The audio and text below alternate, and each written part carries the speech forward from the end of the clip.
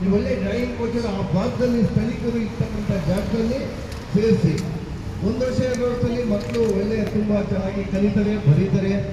ಅವ್ರಿಗೂ ಒಂದು ಭವಿಷ್ಯ ರೂಪಿಸ್ಕೊಳ್ತಾರೆ. ಅವರೇನೆ ಇಂಟ್ರೆಸ್ಟ್ ಬರಬೇಕು. ಇಂಟ್ರೆಸ್ಟ್ ಬಂದರೆ ಎಲ್ಲ ಬರೀತಾರೆ.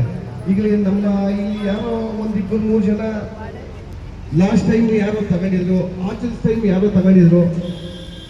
ಅವರಲ್ಲೇ ಮಕ್ಕಳಲ್ಲೇ ಆ ಥರ ಇಂಟ್ರೆಸ್ಟ್ ಬಂದು ಫೋನ್ ಮಾಡ್ತಾರೆ. 1 ತಿಂಗಳು ಮುಂಚೆನೆ ಮಾಡಿದ್ರು, ಸರ್ ಯಾವತ್ತು ಚಿತ್ರಕಲೆ ಸ್ಪರ್ಧೆ ನನ್ನ ನಂಬರ್ ಇಟ್ಕೊಂಡಿದ್ದಾರೆ. ಅವರೇ ಫೋನ್ ಮಾಡ್ತಾರೆ, ಯಾವ ತಿಂಗಳಲ್ಲಿ ಯಾವ ದಿನ ಹೇಳಿ ಹೇಳ್ತಾರೆ.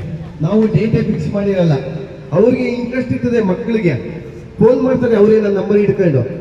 ನಂದು HV ರಾಜೇಶ್ ದೇವಳಗ ಆರ್ ಕುಮಾರ್ ಅಂತ ನಂದು ಯೂಟ್ಯೂಬ್ ಚಾನಲ್ ಇದೆ. ಇವೆಲ್ಲ ನಾನು ಅಲ್ಲಿ ಅಪ್ಲೋಡ್ ಮಾಡಿದ್ದೀನಿ. ಯಾಕೆ ಅಂತಂದ್ರೆ ನೀವು ಬಂದಿದ್ದೀರಾ, ಭಾಗವಹಿಸಿದ್ದೀರಾ.